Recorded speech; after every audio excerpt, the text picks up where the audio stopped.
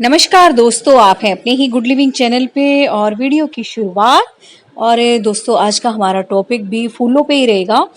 एक पर्टिकुलर फूल पे नहीं, सभी के सभी फूलों पे कि आप किस तरीके से क्या क्या छोटे छोटे टिप्स और ट्रिक्स के साथ अपने गार्डन में ज़्यादा फ्लावरिंग ले सकते हो। और ऐसी आपसे कौन सी गलतियां हो रही हैं जिनसे कि आपके ज़्यादा फूल नहीं खिल रहे, है ना। तो सारे के सारे जो भी हमारे अ, मतलब दिमाग में जो भी प्रश्न थे, तो जितने भी मुझे कमेंट्स ध्यान आते जाएंगे दिमाग में, मैं उस हिसाब से ही आंसर देती जाऊंगी। और ज़्यादातर दोस्तों फूल खिलने पे ही आती हैं, और छोटे छोटे जो भी रेमेडीज होती हैं वो तो मैं बताती जाती हूँ। और दोस्तों, कई बार कमेंट्स के मैं जवाब नहीं दे पाती ज़्यादा बिजी होने के कारण, तो उसके लिए भी जब भी मुझे टाइम मिलता है मैं दे देती हूँ।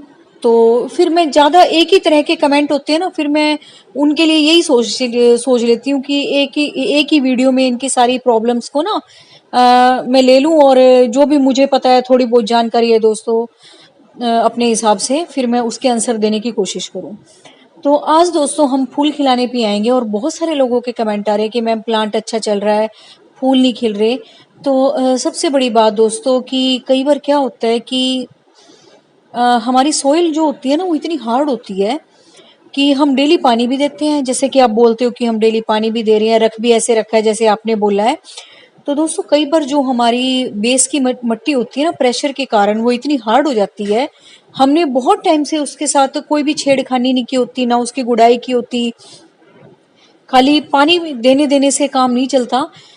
तो उसके साथ हमें कुछ और भी चीजें करनी होती हैं। पानी तो खैर हमने देना ही है, गर्मी है। तो उसके साथ दोस्तों हमें ऐसा सोयल मीडियम बनाना है कि जिससे कि हमारे जो रूट्स है ना उनको फैलने के लिए पूरा स्पेस मिले, और जब हम पानी दें तो पूरा नीचे तक पानी जाए। कई बार ऐसा होता है कि हम ऊपर ऊपर ऊपर तक वो पानी रह जाता है, फिर वो इवेपोरेट हो जाता है, हम सोचते हैं पानी मिल गया, लेकिन पूरी की पूरी मिट्टी गीली नहीं होती दोस्तों। नीचे की मिट्टी इतनी हार्ड हो चुकी होती है कि रूट्स तक तो मॉइस्चर पहुंच ही नहीं पाता। तो सबसे पहले आपने अपनी सोइल को देखना है कि आपने जो सोइल मीडियम ले रखा है वो ज्यादा हार्ड तो नहीं हो गया। अगर आपको लगता है वो हार्ड हो गया, चाहे दोस्तों आपने किसी भी चीज में प्लांट उगा रखा हो, क्योंकि मैं ये नहीं कहूंगी कि आप अब गमला लेके आओ, ये लेके आओ।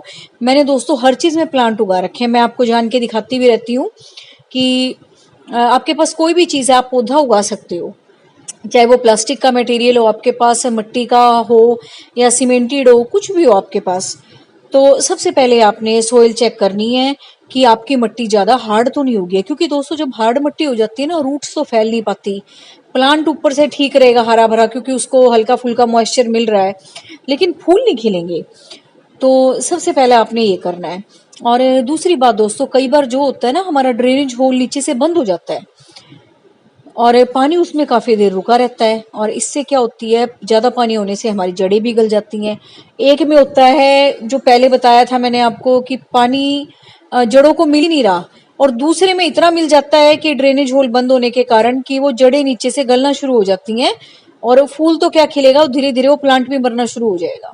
तो सबसे पहले आप ये भी देखो कि अगर आपने पानी दिया है, थोड़ी देर बाद 10-15 मिनट के बाद वो पानी नीचे से ड्रेन होना शुरू हो जाना चाहिए, सारे गमले की मिट्टी में से गुजरता हुआ। और थर्ड होता है दोस्तों, कई बार क्या होता है, किसी किसी जगह की मिट्टी में इतनी जान नहीं होती, बिल्कुल ऐसी होती है बेजान सी मिट्टी, तो वो इतने फूल फाल खिलाने लायक नहीं होती, प्लांट्स की ग्रोथ के लायक नहीं होती।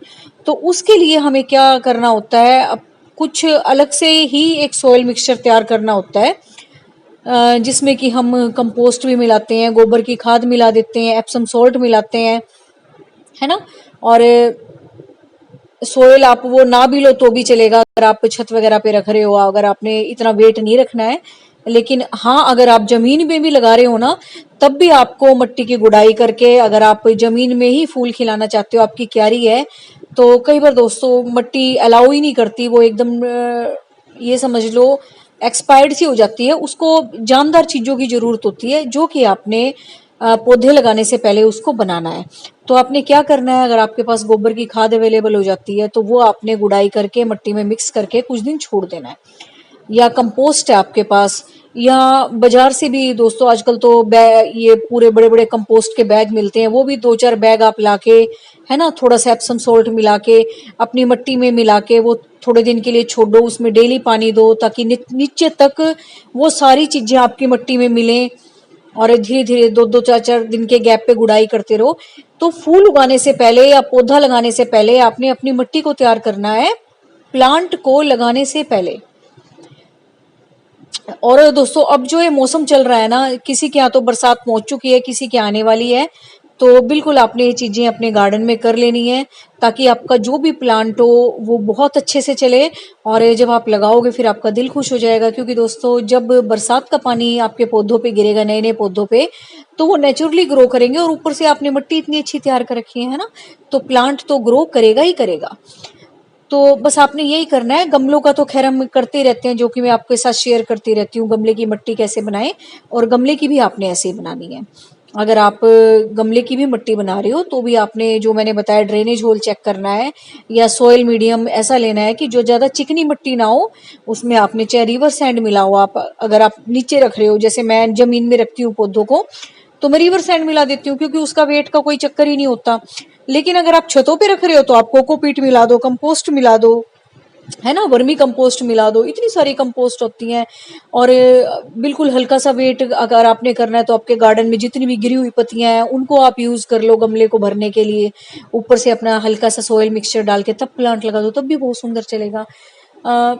तो बस यही छोटी छोटी बात सीक्रेट होते हैं दोस्तों कि कई बार हम एक एक दो चीजों पे ध्यान देते हैं, भाई एक धूप मिलनी चाहिए, एक पानी मिलना चाहिए, बस हो गया काम, अब नहीं चल रहा तो मेरी तो कोई जिम्मेदारी है नहीं। लेकिन ऐसा नहीं होता दोस्तों, बहुत सारी छोटी छोटी सी चीजें होती हैं जो कि हमें अलग से प्लांट को देनी होती है। कई बार दोस्तों गमले में जो मिट्टी हमने भरी है ना, खूब सारे फूल खिला खिला के प्लांट की ग्रोथ के बाद सारा प्लांट उसकी ग्रोथ को सक कर चुका होता है, तो मिट्टी में कोई जान ही नहीं बचती। तो इसलिए हम धीरे धीरे थोड़े थोड़े दिन में अलग अलग से चीजें डालते हैं, जो कि आप कुछ कुछ करते ही रहते हो, है ना। कभी आप लिक्विड फर्टिलाइजर डालते हो ताकि मिट्टी में जान आए, है ना, गोबर की खाद कहीं से अवेलेबल हो जाती है वो डालते हो, है ना, घर में जो चाय पत्ती बचती है उसको वॉश करके डालते हो। तो जिन लोगों को गार्डनिंग का शौक होता है ना, उनको बहुत चिंता होती है इन बातों की कि मेरे प्लांट बिल्कुल हरे भरे रहे, चाहे वो छोटे छोटे फूल खिलाने लायक हो, चाहे वो इंडोर प्लांट्स हो, चाहे आउटडोर प्लांट हो, या आपके बड़े बड़े आपने पेड़ लगा रखे हो, उनकी भी ग्रोथ की आपको बहुत चिंता होती है। तो वो लोग कुछ ना कुछ अपनी मिट्टी को देते ही रहते हैं दोस्तों। और कुछ प्लांट होते हैं जो हैवी फीडर होते हैं, जैसे रोज वगैरह हो गए या आपके फलों के पौधे हो गए, तो उनको थोड़ा सा हैवी फीडिंग चाहिए होती है। हैवी फीडिंग मतलब उसमें आपने मतलब रेगुलर इंटरवल पे आपने खाद वगैरह मिक्स करनी होती है। कईयों का ऐसा होता है जैसे कि बिस्कस वगैरह है, इसमें आपने जैसे इनके ग्रोइंग पीरियड स्टार्ट होता है मार्च में, तब आप खाद डाल देते हो बस, है ना, फिर आप निश्चिंत हो जाते हो। तो इसमें इतनी कोई बार बार डालने की जरूरत नहीं होती। लेकिन जैसे फलों वाले पौधे हो गए, ये हो गए, तो उनमें आपको बार बार डालनी पड़ती है क्योंकि उनको ज्यादा जान की जरूरत होती है। उन्होंने फूल भी खिलाना है, उन्होंने उसके बाद उसको फल भी बनाना है, उसको मैच्योर भी करना है, उसमें मिठास भी भरनी है, जो भी उसका फ्लेवर होगा, है ना। तो इन सब चीजों के लिए उसे ज्यादा ताकत की जरूरत होती है, देखभाल की जरूरत होती है। तो ऐसा नहीं है कि बड़े बड़े पेड़ पौधे हैं आपके घर में तो आप उनका ध्यान ना दो, घर के बाहर भी अगर आपके लगे हुए हैं तो इस तरीके से आपने मिट्टी के चारों तरफ आधा मीटर का डिस्टेंस जड़ों के दूर से छोड़ के और एक घेरा सा बना के उसमें आपने खाद डाल देनी है। एक दिन गुड़ाई करके छोड़ दो, दूसरे दिन खाद डाल दो, ठीक है ना, और तीसरे चौथे दिन अपना पानी दे दो। और दोस्तों कई बार क्या होता है कि हम जब पानी डालते हैं ना सारा बह जाता है वो, तो हम आप ये ध्यान रखा करो बड़े पेड़ों के आसपास के ना एक सर्कल सा बना दो, ताकि कुछ देर उसमें एक रिंग टाइप सा नहीं बना देते, तो वो बना दो। इससे क्या होगा कि आपको पानी देने में भी सुविधा होगी, कुछ देर वहां पानी रुकेगा। दूसरा, जब भी आप खाद वगैरह मिलाओगे तो एक सर्कल सा बना हुआ होगा, फटाफट से आप गुड़ाई करोगे, उसमें अपना खाद वाद डाल दोगे और अपना छुट्टी। और एक और बात है दोस्तों कि कई बार ऐसा होता है कि सोइल में ना हम सब कुछ दे रहे होते हैं, हमारी सोइल बहुत अच्छी होती है, लेकिन फिर भी फूल नहीं खिलते। फिर आप कहते हो कि मैम हमने सब कुछ दिया, ये सब कुछ डाल भी दिया, फिर भी फूल नहीं खिल रहे। तो कई बार ऐसा होता है दोस्तों कि हमारी जो सोइल होती है ना वो अ, 3 टाइप की होती है वैसे तो। एक तो होती है एल्कलीन, एक होती है न्यूट्रल, और एक होती है दोस्तों एसिडिक। तो ये पीएच लेवल होता है हर सोइल का, तो हर आदमी के घर में मेजरमेंट तो होने से रब है ना। तो आम जब आपको ये लगे ना कि ऐसे कर दिया करो एक्सपेरिमेंट, तो जब आपको लगे ना कि आपके फूल नहीं खिल रहे, चाहे वो आपके छोटे प्लांट है बड़े प्लांट है, तो आपने यही करना है बस। थोड़ा सा विनेगर वगैरह, खटास की कोई भी चीज़ घर में हो, विनेगर हो, खट्टा दही हो गया हो, है ना, उसमें फैट ना हो, वो पानी में मिक्स करके डाल दो। और विनेगर वाला पानी बना के डाल दो। नींबू के छिलके बचते हैं, उनको एक दिन पानी में डिप करके स्प्रे कर दो, या सोइल में भी डाल दो। फिटकड़ी होती है, उसका पाउडर बना के वो पानी में मिक्स करके डाल दो, मतलब खट्टी कोई भी चीज़। तो किसी का कमेंट भी आया था कि मैम छोटे छोटे प्लांटर्स हैं जो हमारे पर्सलेन और पोर्चुल्का के नहीं चल रहे हैं, फूल नहीं आ रहे हैं। तो ऐसा होता है दोस्तों, कई बार जो हमारी सोइल जैसे मैंने बताया ना बहुत हार्ड हो जाती है, पानी नीचे तक नहीं जाता। तो जब भी आप छोटे छोटे प्लांटर लगाओ ना, उनकी तो सोइल बिल्कुल लाइट रखा करो, क्योंकि थोड़ी सी जगह में तो आपने लगाए होते हैं, और वो भी मिट्टी जमगी तो बेचारे वो फैलेंगे कहाँ, है ना। तो उसकी सोइल आपने बिल्कुल लाइट रखनी है, कोकोपीट या कंपोस्ट वगैरह में लगा दो, कुछ ज़्यादा मत सोइल वोइल मिलाओ, तो वो बड़े अच्छे से ग्रो करते रहते हैं, एक मॉइस्चर लेवल भी उसमें बना रहता है।